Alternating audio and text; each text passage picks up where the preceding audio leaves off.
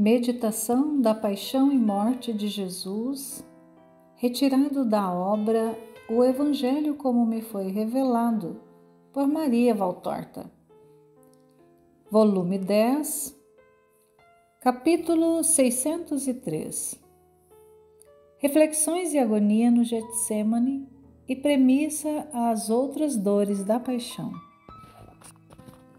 15 de fevereiro de 1944. Diz Jesus: o sofrimento de minha agonia espiritual tu o contemplaste na tarde de quinta-feira.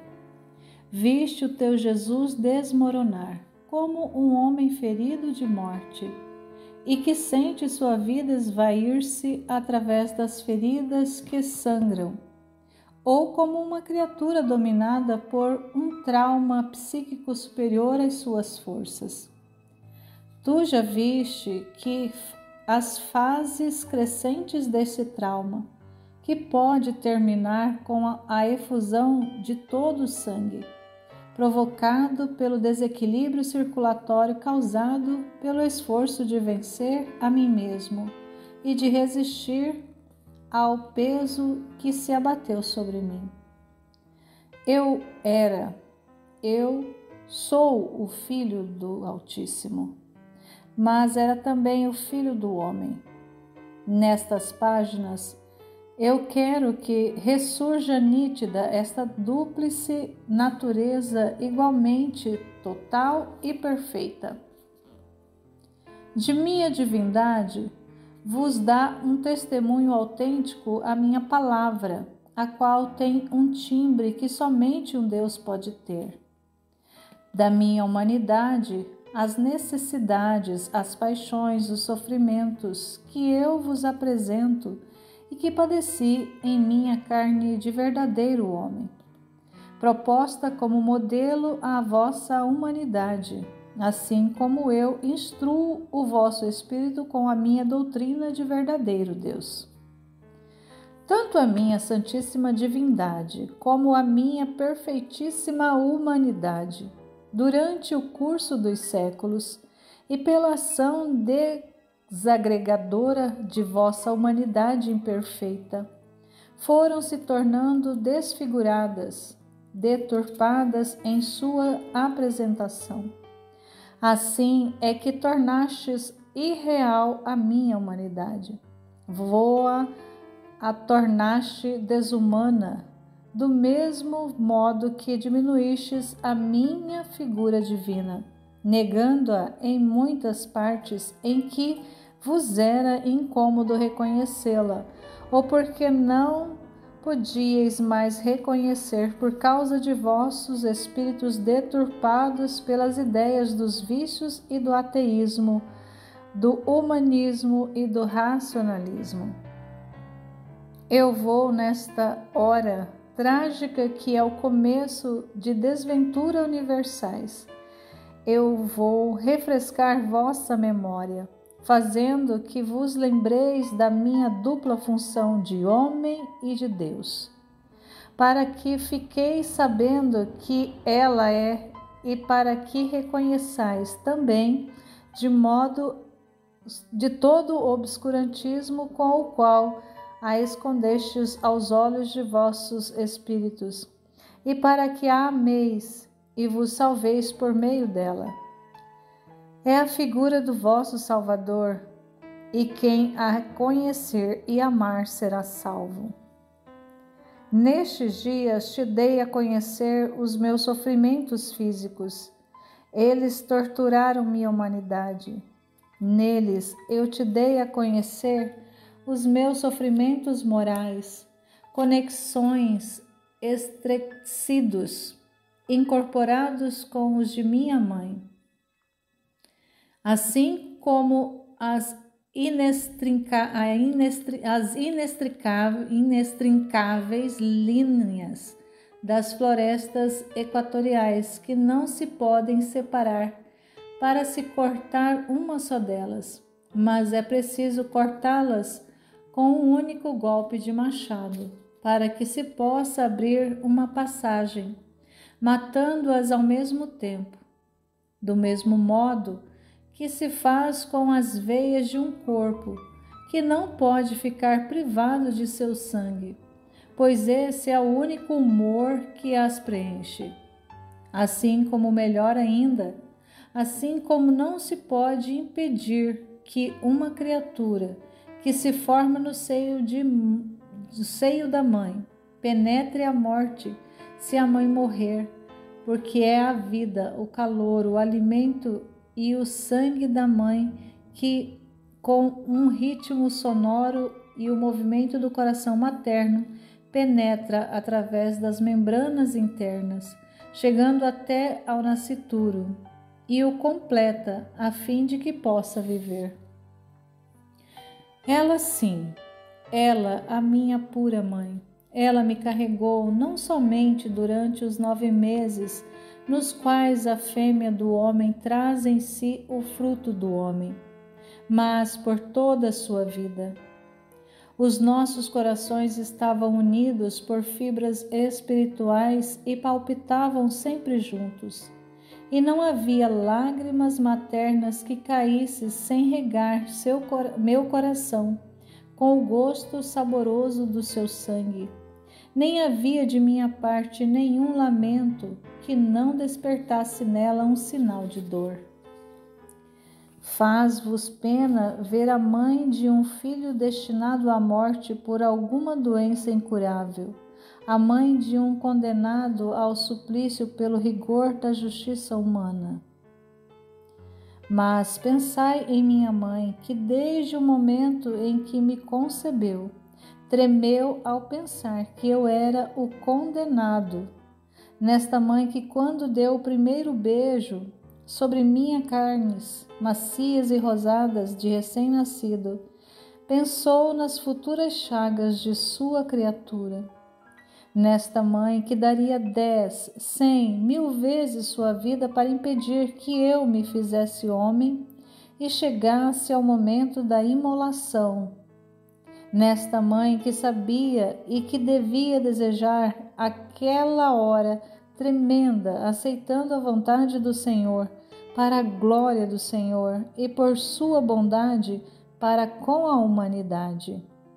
Não, nunca houve agonia mais longa e que terminasse numa dor ainda maior do que a de minha mãe. E não existiu uma dor maior nem mais completa do que a minha. Eu era um homem, eu era como um pai. Ele me havia amado desde a eternidade, como somente Deus pode amar. Ele se havia comprazido comigo e tinha achado em mim sua divina alegria. E eu o tinha amado como só Deus pode fazer, e encontrado na união com ele a minha alegria divina. Os inefáveis relacionamentos que unem o Pai com o Filho desde toda a eternidade não podem ser explicados nem mesmo pela minha palavra. Porque se ela é perfeita, a vossa inteligência não é, e não podeis compreender e conhecer o que é Deus enquanto não estiverdes com Ele no céu. Pois bem, eu sentia como a água que vai subindo e fazendo pressão sobre um dique, crescer a cada hora que passa o rigor do Pai para comigo. Para dar testemunho contra os homens violentos que não queriam compreender quem eu era, o Senhor havia aberto 3 vezes o céu durante o tempo de minha vida pública. No Jordão, no Tabor e em Jerusalém, na vigília da paixão. Mas ele havia feito isso por causa dos homens e não para me dar alívio. Eu estava sendo o expiador. Muitas vezes, Maria, Deus fez que os homens conheçam um servo seu, a fim de que se sintam sacudidos e arrastados por meio dele para ele. Mas isso acontece também pela dor daquele servo. É ele que paga pessoalmente, ingerindo o pão amargo do rigor de Deus, para conforto e salvação dos irmãos. Não é verdade? As vítimas de expiação conhecem o rigor de Deus. Depois virá a glória, mas só quando a justiça tiver sido aplacada. Não é como se fosse por meu amor que às suas vítimas ele dá os seus beijos. Eu sou Jesus, eu sou o Redentor, sou aquele que sofreu e sabe, por experiência pessoal, o que é a dor de ser olhado com severidade por Deus e de ser abandonado por Ele. E eu não sou nunca severo e nunca abandono. Eu me consumo igualmente, mas em um incêndio de amor. Quanto mais a hora da expiação se aproximava, mais eu sentia que o Pai se afastava. Sempre mais separado do Pai, a minha humanidade se sentia sempre menos amparada pela divindade de Deus. E assim eu sofria de todos os modos. A separação de Deus traz consigo o medo, traz consigo o apego à vida, traz consigo a fraqueza, o cansaço, o tédio. Quanto mais profunda ela for, mais fortes serão essas suas consequências. Quando ela é total, traz o desespero.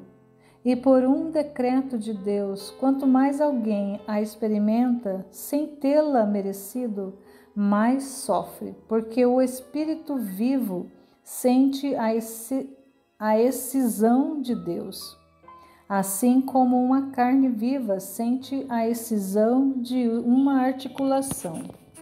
Dá-se então um estupor doloroso, esmagador, a tal ponto que quem não o experimentou não sabe como é. Eu o experimentei. Tudo isso eu tive que conhecer, a fim de poder interceder junto ao Pai em vosso favor.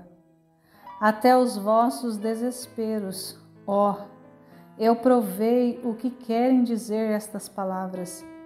Eu estou sozinho. Todos me traíram e me abandonaram. Até o Pai? Até Deus deixou de me ajudar.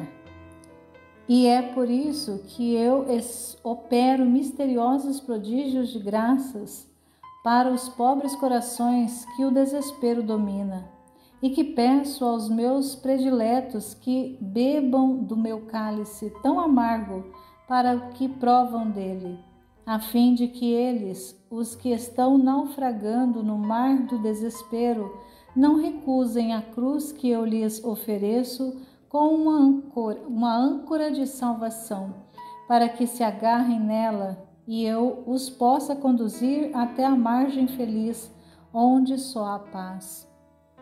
Na tarde da quinta-feira, só eu é que sei se teria tido necessidade do Pai. Eu era um espírito já agonizante pelo esforço de ter tido que superar as duas maiores dores de um homem: o adeus à mãe, muito amada, e a proximidade do amigo traidor. Eram duas chagas que me atormentavam o coração, uma com o pranto dela e a outra com o ódio dele. Eu tive que dividir o meu pão com meu Caim. Eu tive que falar-lhe como a um amigo para não acusá-lo diante dos outros, de cuja violência eu tinha certeza, e para impedir um delito que afinal seria inútil, visto que tudo já estava marcado no grande livro da vida. A minha morte santa e o suicídio de Judas. Seriam inúteis outras mortes reprovadas por Deus. Nenhum outro sangue, senão o meu, devia ser derramado, e derramado não foi. O cabresto estrangulou aquela vida, fechando num saco imundo do corpo do traidor o seu sangue impuro, vendido a Satanás, sangue que não devia misturar-se ao cair sobre a terra, com o sangue puríssimo do inocente. Bastariam aquelas 2 feridas para fazerem de mim um agonizante no meu eu. Mas eu era o expiador, a vítima, o cordeiro. E o cordeiro, antes de ser imolado, recebe a marca de ferro incandescente. Conhece o que é espancamento e o que é ser vendido ao açougueiro. E, em último lugar, recebe a lâmina gelada da faca, que penetra em sua garganta, faz escorrer o seu sangue e o mata. Antes disso, ele deve deixar tudo: o pasto onde cresceu, a mãe em cujo peito ele se nutriu e se acalentou, os companheiros com os quais viveu. Tudo isso eu conheci, eu, o Cordeiro de Deus.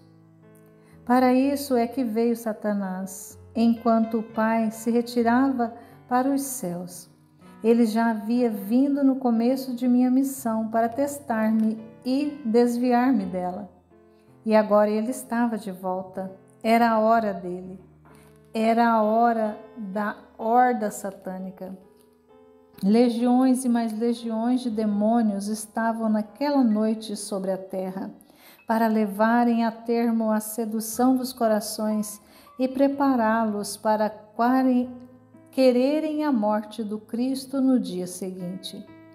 Cada sinedrita tinha o seu Herodes, tinha o seu e também Pilatos, e tinha o seu cada judeu que tivesse invocado sobre si o meu sangue. Também os apóstolos tinham a seu lado os seus tentadores, que os faziam adormecer enquanto ele ia definhando e os preparava para cometerem um ato vil. Olha bem qual é o poder da pureza. João, o puro, livrou-se por primeiro, entre todos os outros, das garras do demônio e voltou logo para perto de seu Jesus e o compreendeu naquele mudo desejo e levou Maria até mim. Mas Judas tinha Lúcifer e eu tinha Lúcifer. Ele o tinha no coração e eu o tinha a meu lado. Éramos os 2 personagens principais da tragédia e Satanás se ocupava pessoalmente de nós. Depois de ter levado Judas até o ponto de onde não podia mais voltar atrás, ele virou-se para mim. Com sua astúcia perfeita, ele me apresentou as torturas da carne com uma exatidão insuperável. Também no deserto ele havia começado pela carne, e eu o venci orando. O Espírito dominou o medo da carne. Foi então que ele me mostrou a inutilidade de minha morte e a inutilidade de eu viver para mim mesmo, sem preocupar-me com os homens ingratos. Viver rico, feliz, amado. Viver por causa de minha mãe, a fim de não vê-la sofrer. Viver a fim de levá-la para Deus, com um longo apostolado, muitos homens, os quais, uma vez que me vissem morto, logo se esqueceriam de mim. Enquanto que, se eu tivesse sido mestre, não por 3 anos, mas durante lustros e mais lustros, eles teriam acabado por se compenetrarem de minha doutrina. Os seus anjos me teriam ajudado a seduzir os homens. Não estaria eu vendo que os anjos de Deus não vinham ajudar-me? Além disso, Deus me teria perdoado ao ver a grande quantidade de convertidos que eu lhe teria trazido. Também lá no deserto, ele me quis induzir a tentar a Deus com a imprudência. Eu o venci pela oração. O Espírito dominou a tentação moral. Ele me apresentou o abandono da parte de Deus. Ele, o Pai, não me amava mais. Eu estava carregado com os pecados do mundo, e a ele causava asco. Ele estava ausente e me deixou sozinho, e me abandonou à zombaria de uma multidão feroz, e não concedia nem mesmo o seu divino conforto. Sozinho, sozinho, sozinho. Naquela hora ninguém estava perto do Cristo a não ser por Satanás. Deus e os homens não estavam lá porque não me amavam. Ou me odiavam ou eram indiferentes. E eu rezava para cobrir com as minhas orações as palavras de Satanás. Mas minha oração não subia mais para Deus. Ela recaía sobre mim como as pedras de um apedrejamento e me esmagava sob o peso dos escombros. A oração, que para mim foi sempre uma carícia feita ao Pai, uma voz que subia a Ele e à qual Ele respondia com carícia e uma palavra paterna, agora estava morta, era pesada e em vão dirigida aos céus que estavam fechados. Foi então que eu senti o amargor do fundo do cálice, o sabor do desespero. Era isso que Satanás queria, levar-me ao desespero para fazer de mim seu escravo. Eu venci o desespero. Eu o venci somente com as minhas forças, porque eu quis vencê-los. Somente com as minhas forças de homem. Eu não era mais do que um homem. E não era mais do que um homem não ajudado por Deus. Quando Deus ajuda, é fácil até levantar o mundo e sustentá-lo com os brinquedos de criança. Mas quando Deus não ajuda mais, até o peso de uma flor causa fadiga. Eu venci o desespero e Satanás, seu Criador, para servir a Deus e dar-vos vida. Mas tive que passar pela morte. Não a morte física de quem foi crucificado. Isso foi menos atroz.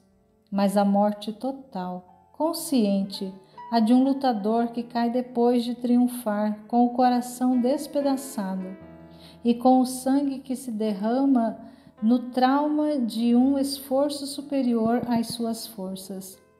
E então eu suei sangue para ser fiel à vontade de Deus.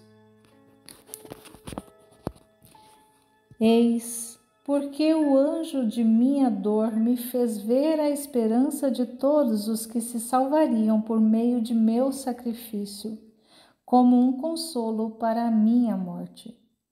Os vossos nomes, cada um deles foi para mim como uma gota de remédio derramado em minhas veias para restituir-lhe a tensão e o funcionamento.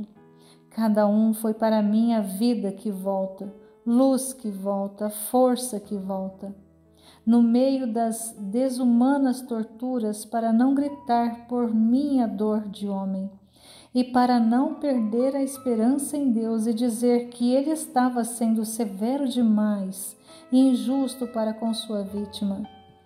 Eu repeti os vossos nomes, eu vos vi, eu vos abençoei então. E desde aquele momento eu vos trouxe no coração. E quando chegou a vossa hora de entrardes sobre a terra, eu me adiantei, vindo dos céus para acompanhar vossa chegada, alegrando-me com o pensamento de que uma nova flor do amor havia desabrochado no mundo e que teria vivido por mim. Ó meus benditos, conforto do Cristo moribundo! A mãe, o discípulo, as mulheres piedosas estavam ao redor de mim, que estava morrendo, mas vós também estáveis lá. Os meus olhos, que estavam morrendo, ainda viam junto ao rosto sofredor de minha mãe os vossos rostos amorosos, que se fechavam assim, felizes por se fecharem porque os havia salvado. Ó vós que mereceis o sacrifício de um Deus. 16 de fevereiro de 1944. Jesus diz: agora ficastes conhecendo todas as dores que precederam a paixão propriamente dita. A partir daqui eu te farei conhecer as dores da paixão, como foram acontecendo, aquelas dores que, quando nelas meditais, mais ferem a vossa mente. Mas vós meditais nelas muito pouco, pouco demais. Não refletis em quanto foi que me custastes, nem em qual foi a tortura da qual dependeu a vossa salvação. Vós que vos lamentais por qualquer pequeno arranhão, por um esbarro em alguma borda, por uma dor de cabeça, nem pensais como eu era todo uma chaga viva e que todas aquelas chagas estavam envenenadas com tantas coisas, que só aquelas coisas já serviam de tormento para o Criador delas, porque torturavam o que já torturado Filho de Deus, sem respeito por aqueles que, Pai das criaturas que as havia criado. Mas não eram as coisas que eram culpadas. Os culpados era ainda e sempre o homem. Ele era o culpado desde o dia em que deu ouvidos a Satanás no paraíso terrestre. Até aquele momento, as coisas criadas para o homem, que era criatura seleta, não tinha nem espinhos, nem tóxico, nem ferocidade. Ao homem Deus havia feito rei, pois o fez à sua imagem e semelhança em seu amor paternal, e não tinha querido que as coisas pudessem servir de insídia para ele.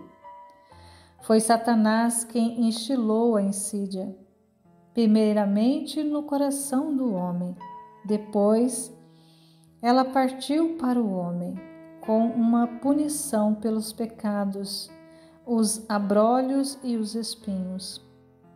E eis que eu, o homem, tive que sofrer com as coisas e pelas coisas, além de ter que sofrer pelas pessoas.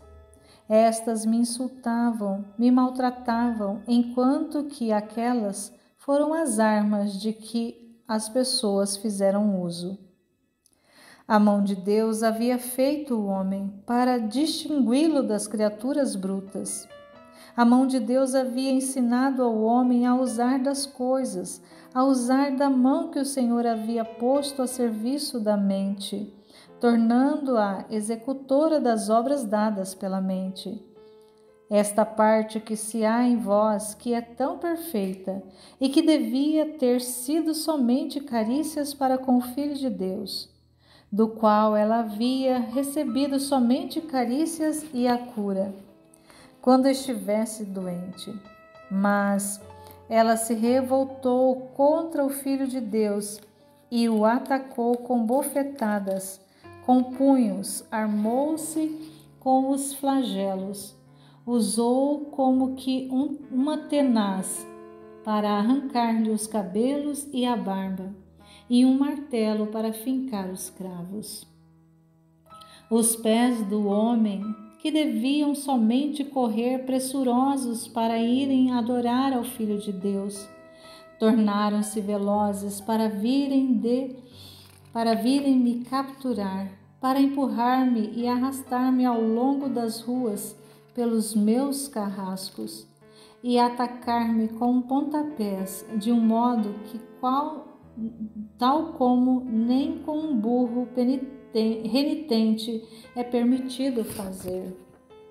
A boca do homem, da qual o homem devia fazer só uso para dizer palavras, a palavra que é um dom dado unicamente ao homem, entre todos os animais que foram criados para louvar e bendizer o Filho de Deus, encheu-se de blasfêmias e mentiras, que se lançou junto com sua baba contra minha pessoa.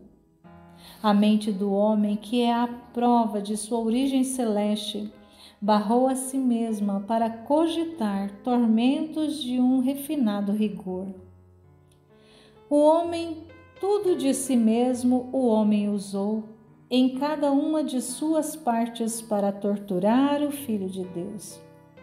Ele chamou a terra com o que ela possuía para ajudá-lo a torturar. Das pedras, das torrentes, ele fez projéteis para me ferir.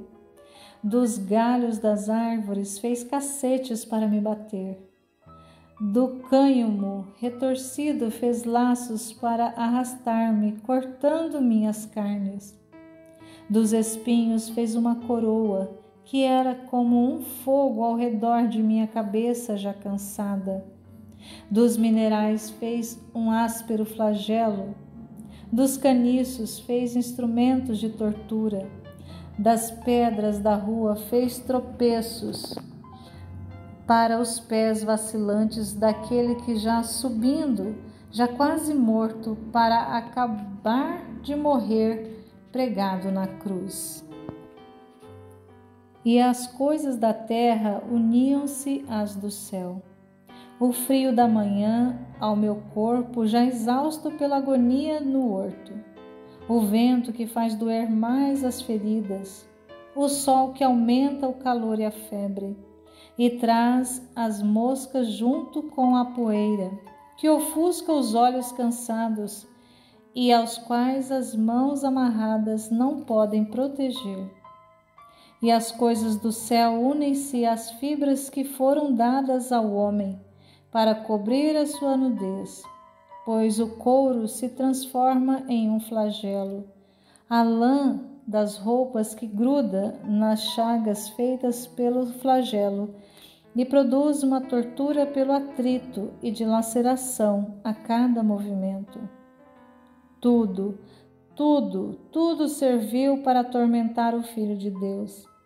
Ele pelo qual todas as coisas foram criadas, teve todas as coisas contra si na hora em que a vítima foi oferecida a Deus. Não teve nenhum consolo.